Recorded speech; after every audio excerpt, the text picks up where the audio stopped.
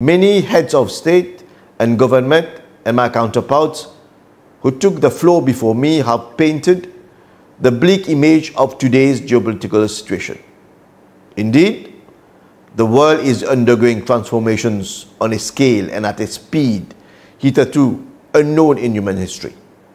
Those transformations challenge the very foundations of the multilateral system and the primacy of international law, which served our collective interests since 1945.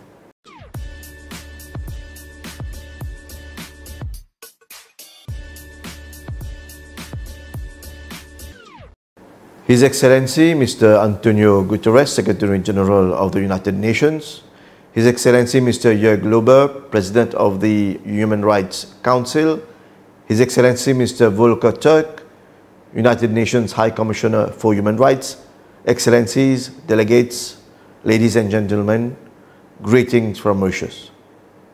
Allow me at the very outset to congratulate Your Excellency, Jörg Lober, on your appointment as President of the Human Rights Council for the year 2025. I assure you of my full support and that of my delegation during your tenure. Mr. President, many heads of state and government and my counterparts who took the floor before me have painted the bleak image of today's geopolitical situation. Indeed, the world is undergoing transformations on a scale and at a speed hitherto unknown in human history. Those transformations challenge the very foundations of the multilateral system and the primacy of international law, which served our collective interests since 1945. Among the challenges are the multiplication of conflicts, growing protectionism, climate change and its impacts on the global environment and human societies, and advances in technology which are impacting on our enjoyment of human rights. We need to continue building on the foundation stones of our rules-based system if we want to continue protecting and promoting human rights.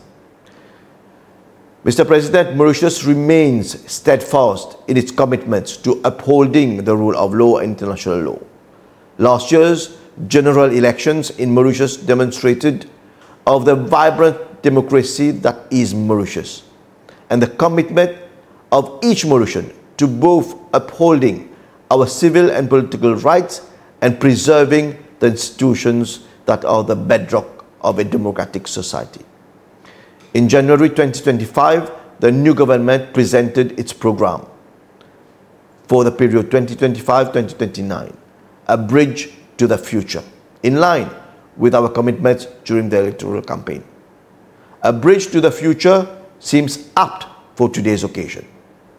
Looking back is the occasion to pause and reflect on the work that has been enabled through three major texts that served our collective interest: the Beijing Declaration and Platform for Action, whose 30th anniversary we celebrate this year, the Convention on the Elimination of Racial Discrimination, which will turn 60 this year, and the Charter of the United Nations, whose 80th anniversary we commemorate this year.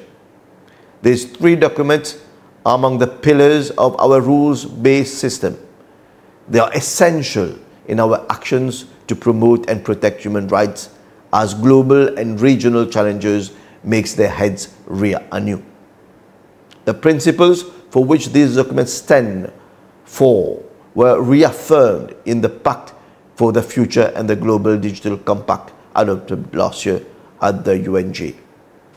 The Pact for the Future was not only an opportunity to look at today's challenges, but it set the vision and scene for the coming decade.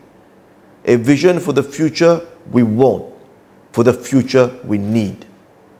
As we look to the future, the government of Mauritius will set up a constitutional review commission, which will inter alia include the right to clean, healthy and sustainable environment in our constitution. In line with the international recognition of this right by this august assembly and the United Nations General Assembly in 2022.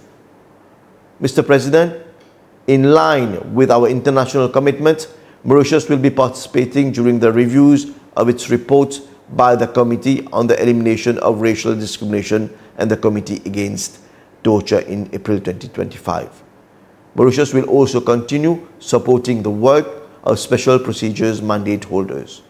In this context, we look forward to the interactive dialogue during this session with the Special Rapporteur on the right to privacy, following her visit to Mauritius in November 2023. I thank you for your attention.